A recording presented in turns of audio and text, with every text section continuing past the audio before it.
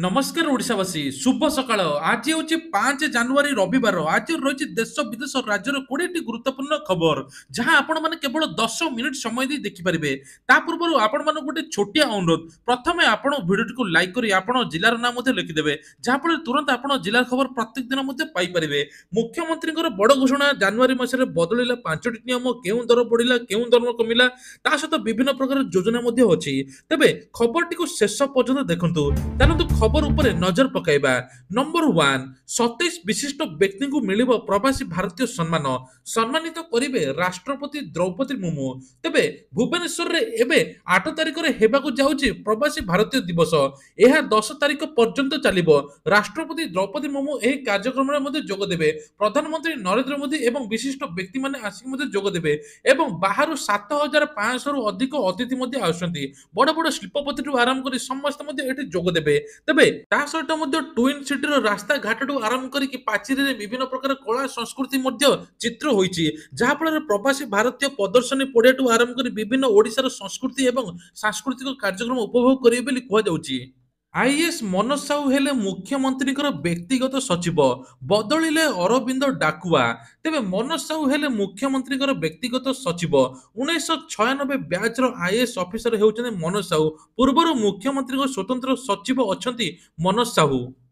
तेबे जानुआरी 5 रे पालित हेबो 51 उत्सव 2025 जानुआरी 16 रे शेष हेबो प्रवासी भारतीय दिवस उपलक्षे राज्य सरकार समस्त प्रस्तुति आरंभ करिसंती एपटे प्रदर्शनी मध्ये चलिबो आदिवासी पड़िया रे आ 51 महोत्सव हेबो ए नै कि मध्ये अतिथि को बुलाया पय स्वतंत्र प्रस्तुति करूची बीडीए चलित वर्ष 51 उत्सव रे फूड फेस्टिवल पार्क उत्सव नाइट प्ले मार्केट मेकामर वाक एमिति आयोजित हेबो ता सहित मध्ये कुहा जाउची फूड फेस्टिवल ओडिसा रो पारंपरिक खाद्यर संभार देखिबाकू मिलिबो विभिन्न ओडिया खाद्य को खाइबे अतिथि से भली पार्क उत्सव रे सकाळ 6:30 रु 9टा एवं संध्या 4टा रु 7टा पर्यंत चलियो बोली कुहा जाउची। सड़क सुरक्षा को जन अभियान में परिणत करने को मुख्यमंत्री आह्वान। तेबे आज मुख्यमंत्री मोहन चरण माझी जातीय सड़क सुरक्षा मासर राज्य स्तरीय उत्सव उद्घाटन करी साधारण उद्देश्य स्लोगान देइछथि। भुवनेश्वर महात्मा गांधी मार्ग रे अनुष्ठित कार्यक्रम सड़क सुरक्षा को जन अभियोग परिणत करने पय मध्ये आह्वान देइछथि। ता सहित मध्ये एबे कुहा जाउछि जे बस मानकर लागिबो स्मार्ट डिवाइस जहा फल रे मद्यपान बा निद लागिले एतर स्मार्ट डिवाइस देबो अलार्म आ तुरंत गाड़ी मध्ये बंद होई जिवो। ए ऊपर मध्ये आईआईटी माड्रास सहित चुक्ति मध्ये होईछि ड्राइवर आखि पड़गले किंबा आखि लाल थिले मध्ये अन्य मन सब गाड़ी चलाउतले मध्ये स्मार्ट डिवाइस साइरन देबो मद पी गाड़ी चलाइले मध्ये बहुत प्रकार साउंड मध्ये हेबो। एही डिवाइस द्वारा दुर्घटना को एड़ाई पारियो बोली कुहा जाउछि।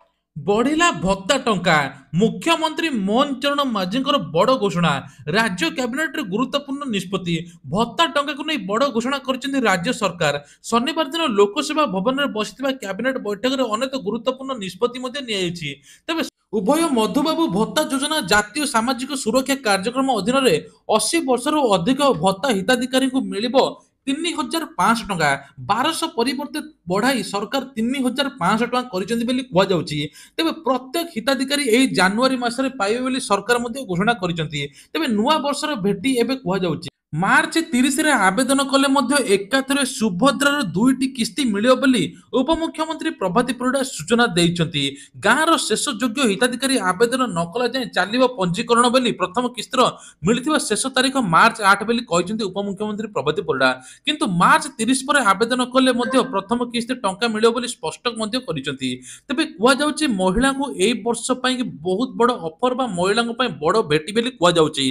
तबे ए नै कि मध्य बैंक गुडी सहित बैठक सरलाणी अंगनवाड़ी दीदी माने घर घर बुली मध्ये जांच करछंती। आहुरी मध्ये कहिसंती मार्च 30 रे आवेदन कले मध्ये एकाथरे 2टी किस्ती मध्ये मिलिबो। गाँर शेष योग्य हिताधिकारी आवेदन न कला जाय चालिबो पंजीकरण प्रथम किस्ती मिलिबार शेष तारीख हेउची 8 तारीख मार्च 8 तारीख परे आउ मिलिबो नाही बोली कुआ जाउची। ता परडू मार्च मास सरला परे मार्च महिला दिवस सरला परे रक्षा बंधन द्वितीय किस्ती मध्ये मिलिबो बोली कुआ जाउची। मद दाम बढ़ाइले मोहन सरकार जहां आशा करा जाउथिला ताहा मध्ये प्रमाणित हैला। ओडिसा रे वृद्धि पाइछि मद दर आस्कापटी बियर दाम वृद्धि कले मोहन सरकार बियर बोतल पिछा 10 टंका दर वृद्धि पाइथिया बेले आस्कापटी दाम 60 रु 70 टंका मध्ये वृद्धि पाइछि। डिसेंबर 1 रे वर्धित दाम लागू बेली अबकारी विभाग सूचना देथिले ताहा एबे जानुआरी नुआ वर्ष ठारू मद दर वृद्धि पाइछि बेली राज्य सरकार मध्ये घोषणा करिसंती। ଏଣିକି ମହାପ୍ରସାଦ ନାଁରେ ଖଜା ବିକ୍ରି କଲେ ନିଆଯିବ କାର୍ଯ୍ୟାନୁଷ୍ଠାନ ଶ୍ରୀମନ୍ଦିର ମୁଖ୍ୟ ପ୍ରଶାସକଙ୍କ ସୂଚନା। ତେବେ ଶ୍ରୀମନ୍ଦିର ବାହାରେ ମହାପ୍ରସାଦ ନାଁରେ ଖଜା ବିକ୍ରି କଲେ ନିଆଯିବ କାର୍ଯ୍ୟାନୁଷ୍ଠାନ। ଏନେକି ଶ୍ରୀମନ୍ଦିର ମୁଖ୍ୟ ପ୍ରଶାସକ ଅରବିନ୍ଦ ପାଢୀ ସୂଚନା ଦେଇଛନ୍ତି। ସେ କହିଛନ୍ତି ବଡ ଦାଣ୍ଡରେ କିଛି ବ୍ୟବସାୟୀ ମହାପ୍ରସାଦ ନାମରେ ଖଜା ବିକ୍ରି କରୁଛନ୍ତି। ଏହା ସମ୍ପୂର୍ଣ୍ଣ ଭାବେ ଭୁଲ। ଏଥିରୁ ବିରତ ରହିବାକୁ ପରାମର୍ଶ ଦେଇଛନ୍ତି। ଶ୍ରୀମନ୍ଦିର ବାହାରେ ବିକ୍ରି କରୁଥିବା ଖଜାକୁ ବ୍ୟବସାୟୀମାନେ ବାହାରୁ ଆସୁଥିବା ପର୍ଯ୍ୟଟକଙ୍କୁ ମହାପ୍ରସାଦ କହି ବିକ୍ରି କରୁଛନ୍ତି। କିନ୍ତୁ ଆଜିଠାରୁ ଏହା ନ କରିବାକୁ ନିର୍ଦ୍ଦେଶ ଦିଆଯାଇଛି। ଯଦି ଏହାକୁ ବ୍ୟବସାୟୀ ଅମାନ୍ୟ କରନ୍ତି ସେମାନଙ୍କ ବିରୋଧରେ କାର୍ଯ୍ୟାନୁଷ୍ଠାନ ନିଆଯିବ ବୋଲି କୁହାଯାଉଛି। ପିତା ମାତାଙ୍କର ଯତ୍ନ ନ ନେଲେ ସମ୍ପତ୍ତି ଫେରସ୍ତ ହେବ ଐତିହାସିକ ରାୟ। ଯେଉଁ ପିଲାମାନେ ବୃଦ୍ଧ ପିତାମାତାଙ୍କର ସମ୍ପତ୍ତି ସେମାନଙ୍କ ନାମକୁ ସ୍ଥାନାନ୍ତର କରନ୍ତି ବା କିମ୍ବା ସେମାନଙ୍କ ଉପହାର ଭାବେ ଏସବୁ ଗ୍ରହଣ କରି ପରେ ସେମାନଙ୍କୁ ପରିତ୍ୟାଗ କରନ୍ତି ସେମାନଙ୍କ ଉପରେ ଏ ବିଷୟରେ ସମାଧାନ କରିବା ପାଇଁ ସମୟ ଆସିଛି। ସର୍ବୋଚ୍ଚ ଅଦାଲତର ଏହି ରାୟ ସମ୍ପୂର୍ଣ୍ଣ ସ୍ପଷ୍ଟ କରିଛି ଯେ ବୃଦ୍ଧ ପିତାମାତାଙ୍କର ଯତ୍ନ ନେବାକୁ ପଡ଼ିବ। ସେମାନଙ୍କୁ ଅସହାୟ ଭାବେ ଛାଡ଼ିଲେ ଦୃଢ଼ କାର୍ଯ୍ୟାନୁଷ୍ଠାନ ଗ୍ରହଣ କରାଯିବ ବୋଲି ସୁପ୍ରିମକୋର୍ଟଙ୍କ ନିର୍ଦ୍ଦେଶ।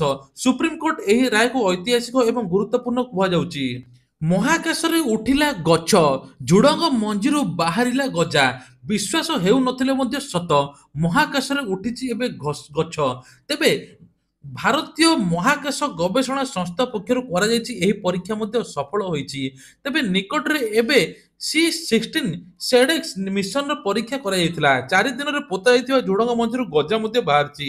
ଏହା ସେହି ଝୁଡଙ୍ଗ ଗଛ ଧୀରେ ଧୀରେ ମଧ୍ୟ ବଡ ହେବା ପତ୍ର ବାହାରିବ ବୋଲି ଇସ୍ରୋ ପକ୍ଷରୁ ସୂଚନା ମଧ୍ୟ ମିଳିଛି। ଇସ୍ରୋକୁ ମିଳିଛି ବଡ ସଫଳତା। ପ୍ରବାସୀ ଭାରତୀୟ ଦିବସ ପାଇଁ ଚାଲିଛି ପ୍ରସ୍ତୁତି ସପୁଟି ଦିଶିବ ଓଡ଼ିଶା ଐତିହ୍ୟ ସଂସ୍କୃତିର ଚିତ୍ର। ତେବେ ଆଉ ମାତ୍ର 4 ଦିନ ବା 8 ତାରିଖରେ ପ୍ରବାସୀ ଭାରତୀୟ ଦିବସ କୁହାଯିବ। ତେବେ ପ୍ରଥମ ଥର ପାଇଁ ଅଷ୍ଟଦଶ ପ୍ରବାସୀ ଭାରତୀୟ ଦିବସ ଭୁବନେଶ୍ୱରରେ ହେଉଛି। ଓଡ଼ିଶା ପାଇଁ ଗର୍ବ ଏବଂ ଗୌରବ ପ୍ରମୁଖ ଆକର୍ଷଣ ହେବ ଓଡ଼ିଶା ଥିମ୍। ଓଡ଼ିଆ ଭାଷା ସାହିତ୍ୟ ସଂସ୍କୃତି ବିଭାଗର ପ୍ରସ୍ତୁତି କରାଯାଉଥିବା ବେଳେ ଏବେ ଓଡ଼ିଶା ଐତିହ୍ୟ ପାରମ୍ପରିକ ସଂସ୍କୃତି ଅନ୍ୟାନ୍ୟ ସୌନ୍ଦର୍ଯ୍ୟ ଏବଂ ତା ସହିତ ଡବଲ ଡେକର ବସ୍ ଆସୁଛି। ଏହି ବସ୍ରେ ଅତିଥି ମଧ୍ୟ ବୁଲିବେ। ତେବେ କୁହାଯାଉଛି ଏଥର ଆନ୍ଧ୍ରରୁ ଆସିଛି ଡବଲ ଡେକର 2ଟି ବସ୍ ଏବଂ ଆହୁରି 3ଟି ମଧ୍ୟ ଆସିବ ବୋଲି ମୁଖ୍ୟମନ୍ତ୍ରୀ ଘୋଷଣା କରିଛନ୍ତି। ଜଟଣୀରେ ହେବ 568ଟି ଭେଣ୍ଡିଂ ଜୋନ୍ ବଞ୍ଚିତ ହିତାଧିକାରୀ ପାଇବେ ଜମି ପଟ୍ଟା। ତେବେ ଖୁସି ଖବର ଖୋର୍ଦ୍ଧା ଜଟଣୀ ବେଗୁନିଆ ଡେଲାଙ୍ଗ ଅଞ୍ଚଳରେ 156 ଗାଁ ଲୋକଙ୍କୁ ଜଗନ୍ନାଥଙ୍କ ଜମି ଦିଆଯାଇଥିଲା। ହେଲେ 36 ଗାଁରେ ପ୍ରାୟ 1,20,000 ଲୋକ ପଟ୍ଟା ପାଇବାରୁ ବଞ୍ଚିତ ହୋଇଥିଲେ। ଏବେ ଏହି ଲୋକଙ୍କୁ ଜମି ଯୋଗାଇ ଦେବେ ସରକାର। ଆଜି ସାଂସଦ ଅପରାଜିତା ଷଡଙ୍ଗୀ ମୁଖ୍ୟମନ୍ତ୍ରୀ ମୋହନ ଚରଣ ମାଝୀ ଏଭଳି ପ୍ରତିଶ୍ରୁତି ମଧ୍ୟ ଦେଇଛନ୍ତି। 17 ଓ 18ରେ ପକ୍ଷୀ ଗଣନା ବିଦେଶାଗତ ପକ୍ଷୀଙ୍କ ଠାରେ ଲାଗିବ ସ୍ୟାଟେଲାଇଟ ରିଙ୍ଗ। ତେବେ କୁହାଯାଉଛି ଯେ ଏଥର ରାଜ୍ୟ ପକ୍ଷୀ ଗଣନା ଅନୁଷ୍ଠିତ ହେବ। ଜ୍ଞାନ କୌଶଳ ସହିତ ବର୍ଷକ ମଧ୍ୟରେ 10ଟି ବିଦେଶାଗତ ପକ୍ଷୀ ଏବଂ ପ୍ରଜାତିଙ୍କ ଠାରେ ସ୍ୟାଟେଲାଇଟ ରିଙ୍ଗ ଲଗାଯିବ। ସେମାନେ କେଉଁଠାରୁ ଆସୁଛନ୍ତି ପ୍ରତିବର୍ଷ ଆସୁଛନ୍ତି କି ନାହିଁ ଏତେ ବାଟ ଯାଉଛନ୍ତି ସେ ନେଇ ଆଦି ସବୁ କିଛି ଡିଟେଲ୍ସ ତଥ୍ୟ ମଧ୍ୟ ମିଳିବ। ତେବେ 2ରୁ 4 ପ୍ରଜାତିର ପକ୍ଷୀଙ୍କ ଠାରେ ରିଙ୍ଗ ଲଗାଇବାକୁ ବନ ବିଭାଗ ଯୋଜନା ମଧ୍ୟ କରିଛି। ଓଡ଼ିଶାର ସବୁଠାରୁ କମ୍ ତାପମାତ୍ରା ଥଣ୍ଡାର ସହର ପାଲଟିଛି ଘୁ ଉଦୟଗିରି। ତେବେ କୁହାଯାଉଛି ଜାଡରେ ଥରିବ ଓଡ଼ିଶା। 5 ତାରିଖରୁ ଆରମ୍ଭ ହୋଇଯିବ ପ୍ରବଳ ଶୀତ 4ରୁ 6 ଡିଗ୍ରୀ ମଧ୍ୟ କମିବ। ଏବେ ପ୍ରବଳ ଶୀତ ଜାଡରେ କରବର କରୁଛି କନ୍ଧମାଳ ଜିଲ୍ଲାର ଘୁ ଉଦୟଗିରି ଅଞ୍ଚଳବାସୀ। ସେପଟେ ଦାରିଙ୍ଗବାଡିରେ ମଧ୍ୟ ତୁଷାରପାତ ହୋଇଥିଲା। ପ୍ରବଳ ଥଣ୍ଡା ଯୋଗୁଁ ସକାଳ ଓ ସନ୍ଧ୍ୟାରେ ଭ୍ରମଣ କରି ଯାଉଥିବା ଲୋକଙ୍କ ସଂଖ୍ୟା ମଧ୍ୟ କମିଛି। ଆଗାମୀ ଦିନରେ ଆହୁରି ତାପମାତ୍ରା କମିବ ନେଇ ପାଣିପାଗ ବିଭାଗ ସୂଚନା ମଧ୍ୟ ଦେଇଛି। ଗତ 2 ଦିନ ହେଲାଣି ସହରର ତାପମାତ୍ରା 4.8 ଡିଗ୍ରୀ ଥିବା ବେଳେ ଆଜି ପାରଦ ତଳକୁ ଖସି 4.6 ଡିଗ୍ରୀ ମିଳିଛି ବୋଲି କୁହାଯାଉଛି। ଚନ୍ଦ୍ରବାବୁ ସବୁଠାରୁ ଧନୀ ମୁଖ୍ୟମନ୍ତ୍ରୀ ମମତାଙ୍କ ଠାରୁ 6,000 ଗୁଣ ଅଧିକା ଧନୀ। ନୂଆ ବର୍ଷ ଆରମ୍ଭ ହେବା ମାତ୍ରେ ଦେଶର ସବୁଠାରୁ ଧନୀ ଏବଂ ସବୁଠାରୁ କମ୍ ସମ୍ପତ୍ତି ଥିବା ମୁଖ୍ୟମନ୍ତ୍ରୀଙ୍କ ତାଲିକା ପ୍ରକାଶ ପାଇଛି। Association of democratic reforms report ଅନୁଯାୟୀ ଆନ୍ଧ୍ରପ୍ରଦେଶର ମୁଖ୍ୟମନ୍ତ୍ରୀ ଚନ୍ଦ୍ରବାବୁ ନାଇଡୁ ଦେଶର ସବୁଠାରୁ ଧନୀ ମୁଖ୍ୟମନ୍ତ୍ରୀ ଅଟନ୍ତି। ତାଙ୍କର ମୋଟ ସମ୍ପତ୍ତି 931 କୋଟି ଟଙ୍କା ରହିଛି ବୋଲି 931 କୋଟି ଟଙ୍କା ରହିଛି ବୋଲି କୁହାଯାଉଛି। ଶପଥ ନେବା ପୂର୍ବରୁ ବଢିଲା ଡୋନାଲ୍ଡ ଟ୍ରମ୍ପଙ୍କ ଅଡୁଆ ଜାନୁଆରୀ 10ରେ କୋର୍ଟରେ ହେବେ ହାଜର। ତେବେ ପର୍ନ ଷ୍ଟାରକୁ ଚୁପ୍ ରହିବା ପାଇଁ ଟଙ୍କା ଦେବା ମାମଲାରେ ନ୍ୟୁୟର୍କ ଜଜ୍ ଡୋନାଲ୍ଡ ଟ୍ରମ୍ପଙ୍କ ବିରୋଧରେ ଦଣ୍ଡ ବିଧାନର ତାରିଖ ସ୍ଥିର ହୋଇଛି। ଏହା ସହିତ ନିଷ୍ପତ୍ତି ନିଆଯାଇଛି ରିପବ୍ଲିକାନ ନେତା ଆମେରିକାର ପ୍ରଥମ ରାଷ୍ଟ୍ରପତି ଯିଏକି ଦୋଷୀ ସାବ୍ୟସ୍ତ ଏବଂ ଅପରାଧୀ ଭାବରେ ହ୍ୱାଇଟ୍ ହାଉସକୁ ଯିବେ। ଏହି ମାମଲାରେ ବିଚାରପତି ଜାନୁଆରୀ 10ରେ ଦଣ୍ଡ ବିଧାନ ପାଇଁ ଦିନ ଧାର୍ଯ୍ୟ ମଧ୍ୟ କରିଛନ୍ତି। ତାଙ୍କୁ ଜେଲ ପଠାଯିବ କି ନାହିଁ ତାହା ନ୍ୟୁୟର୍କ କୋର୍ଟରେ ବିଚାରପତି ଜୁଏନ୍ ମାର୍ଚେନ ରାୟ ଦେବେ। ଏବେ ଟଙ୍କା ଦେଇ ଚୁପ୍ ରହିବା ମାମଲାରେ ଜଜ ଜର୍ଜ ମାର୍ଚେଣ୍ଟ ଟ୍ରମ୍ପକୁ ଦୋଷୀ ସ୍ଥାପତ୍ୟ କରିଛନ୍ତି। ଏଥିରୁ ଗୋଟିଏ କଥା ସ୍ଥିର ହେଉଛି ଯେ ଟ୍ରମ୍ପ ଆମେରିକାର ପ୍ରଥମ ରାଷ୍ଟ୍ରପତି ହେବେ ଯେ କି ଦୋଷୀ ସ୍ଥାପତ୍ୟ ହୋଇ ହ୍ୱାଇଟ୍ ହାଉସକୁ ଯିବେ। ଇପିଏଫ୍ ଧାରୀଙ୍କ ପାଇଁ ଖୁସି ଖବର, ଏଣିକି ଏଟିଏମ୍ ରୁ ମିଳିବ ଇପିଏଫ୍ ଟଙ୍କା। ତେବେ କୁହାଯାଉଛି ଇପିଏଫ୍ ଟଙ୍କା ଆପଣ ଏଟିଏମ୍ ମାଧ୍ୟମରେ ଉଠାଇ ପାରିବେ। ନିଜର ଇପିଏଫ୍ ର 50% ଟଙ୍କା ଆପଣ ଏଟିଏମ୍ ସାହାଯ୍ୟରେ ଉଠାଇ ପାରିବେ। ଏନେଇକି କେନ୍ଦ୍ର ସରକାରଙ୍କର ମଧ୍ୟ ଇପିଏଫ୍ 3.0 ଲାଗୁ ହେଉଛି। ଏଣିକି ଦଶମ ପଢିଥିବା ପିଲା ବି ପାଇବେ ଚାକିରି। ଆରମ୍ଭ ହେଲା ଟ୍ରେନିଂ।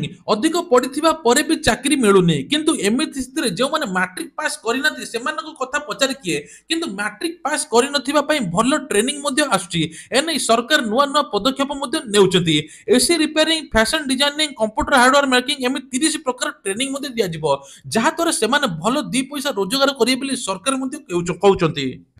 ଚାଷୀ ମାନଙ୍କ ପାଇଁ ଖୁସି ଖବର, ଏଣିକି ପିଏମ୍ କିଷାନ ଟଙ୍କା ଫେବୃଆରୀ ମାସରେ ମିଳିବା ପାଇଁ ଯାଉଛି। ପିଏମ୍ କିଷାନର 19ତମ କିସ୍ତି ଫେବୃଆରୀ ମାସରେ ମିଳିବ ବୋଲି ସରକାର ମଧ୍ୟ ଘୋଷଣା କରିଛନ୍ତି।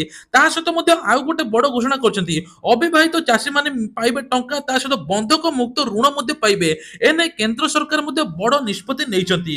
ତା ସହିତ ଓଡ଼ିଶାରେ ଚାଷୀମାନଙ୍କୁ କ୍ଷତିପୂରଣ ମଧ୍ୟ ଏନେଇକି ମୋହନ ଚରଣ ମାଝୀ ଦେବେ, ଯାହାର 77% କ୍ଷତି ବା 33% କ୍ଷତି ହୋଇଛି ତାଙ୍କୁ ଖୁବ୍ ଜଲ୍ଦି କ୍ଷତିପୂରଣ ମିଳିଯିବ। ଗଞ୍ଜାମରେ ରହି ଆସିଛି ଧନୁ ସଂକ୍ରାନ୍ତି, ପୂର୍ବରୁ ମକର ସଂକ୍ରାନ୍ତି। ମକର ସଂକ୍ରାନ୍ତି ପରେ ମୁଆଁ ବିକ୍ରିର ପରମ୍ପରା। ତେବେ ଏବେ ଚାଲିଛି ମୁଆଁର ସମ୍ଭାର। ଧନୁ ସଂକ୍ରାନ୍ତି ପୂର୍ବରୁ ମକର ସଂକ୍ରାନ୍ତି ପର ପର୍ଯ୍ୟନ୍ତ ମୁଆଁ ବିକ୍ରିର ପରମ୍ପରା ରହିଆସିଛି ଗଞ୍ଜାମ ଜିଲ୍ଲାରେ। ଲିଆ ଚିନି ପାଗରେ ନଡ଼ିଆ ପାତି କାଜୁ ଦେଇ ସ୍ୱତନ୍ତ୍ର ଭାବେ ପ୍ରସ୍ତୁତ କରାଯାଇଥାଏ ମୁଆଁ ମିଠାଇକୁ। ଏହି ଧନୁ ମୁଆଁ ନାମରେ ପରିଚିତ। ମୁଆଁ ଖାଇବା, ଖୁଆଇବା ଏବଂ ଦେବାଦେବୀଙ୍କଠାରେ ଅର୍ପଣ କରିବା ବହୁ ପୁରାତନ ପରମ୍ପରା ରହିଆସିଛି। ଏଠିକାର ପରମ୍ପରା ସହିତ ସଂସ୍କୃତି ବର୍ଷ ବର୍ଷ ଧରି ଛନ୍ଦି ହୋଇ ରହିଛି ବୋଲି ମୁଆଁର ଭୂମିକା। ପୁରୀରେ ହେବ ବିମାନ ବନ୍ଦର। ପୁରୀ ଅନ୍ତର୍ଜାତୀୟ ବିମାନ ବନ୍ଦର ନିର୍ମାଣ ପ୍ରକଳ୍ପ ଅନୁଧ୍ୟାନ କଲେ କେନ୍ଦ୍ର ଜଙ୍ଗଲ ଉପଦେଷ୍ଟା କମିଟି। ତେବେ ନଭେମ୍ବର ତାରିଖରେ ନୂଆଦିଲ୍ଲୀରେ କେନ୍ଦ୍ର ପରିବେଶ ମନ୍ତ୍ରାଳୟ ପକ୍ଷରୁ ବୈଠକ ବସିଥିଲା।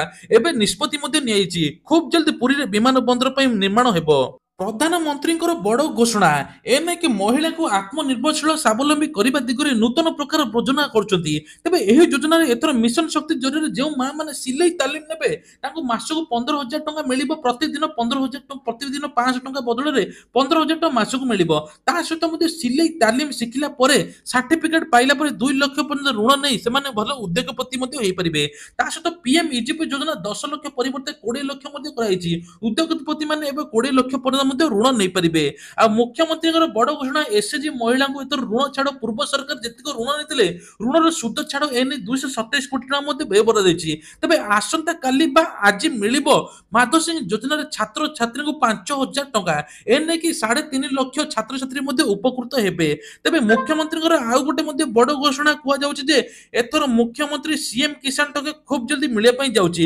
ତୁରନ୍ତ ପଞ୍ଜୀକରଣ କରନ୍ତୁ ଯେଉଁମାନେ ପଞ୍ଜୀକରଣ କରିନାହାନ୍ତି। ଏବେ ଜାନୁଆରୀ 6ରେ ମୁଖ୍ୟମନ୍ତ୍ରୀ ଅଭିଯୋଗ ପ୍ରକୋଷ୍ଠ ବନ୍ଦ ରହିବ। କିଛି ସରକାରୀ କାର୍ଯ୍ୟ ହେତୁ ମୁଖ୍ୟମନ୍ତ୍ରୀ ଅଭିଯୋଗ ପ୍ରକୋଷ୍ଠ ବନ୍ଦ ରହିବ। ପୂର୍ବରୁ ଯେଉଁମାନେ ପଞ୍ଜୀକରଣ କରିଥିଲେ ସେମାନେ ଆଗାମୀ ସୋମବାର ଆସି ନିଜର ପରିଚୟ ପତ୍ର ଧରି ନିଜର ସମସ୍ୟା ମଧ୍ୟ ମୁଖ୍ୟମନ୍ତ୍ରୀଙ୍କୁ ଜଣାଇବେ। ତେବେ ଇଏ ଥିଲା ଆଜିର ଦେଶ ବିଦେଶ ରାଜ୍ୟର କିଛିଟା ଗୁରୁତ୍ୱପୂର୍ଣ୍ଣ ଖବର। ହଁ, ତା ପୂର୍ବରୁ ଆଉ ଗୋଟେ ମଧ୍ୟ ବଡ଼ ଖବର, ଯେଉଁମାନଙ୍କର ରାସନ କାର୍ଡ ଅଛି ତୁରନ୍ତ ରାସନ କାର୍ଡରେ 55 ଲକ୍ଷ ଯେଉଁ ଇକେୱାଇସି କରିନାହାନ୍ତି କରିଦିଅନ୍ତୁ, ନହେଲେ ଏଇ 15 ତାରିଖ ରାସନ କାର୍ଡ ମଧ୍ୟ ରଦ୍ଦ ହୋଇଯିବ। ତେବେ ଇଏ ଥିଲା ଆଜିର ଦେଶ ବିଦେଶ ରାଜ୍ୟର କିଛିଟା ଗୁରୁତ୍ୱପୂର୍ଣ୍ଣ ଖବର। ଏଇଭଳିଆ ଖବର ପ୍ରତ୍ୟେକ ଦିନ ଦେଖିବା ପାଇଁ ହେଲେ ଚ୍ୟାନେଲକୁ ସବସ୍କ୍ରାଇବ କରିବା ପାଇଁ ଭୁଲିବେ ନାହିଁ। ଜୟ ଜଗନ୍ନାଥ।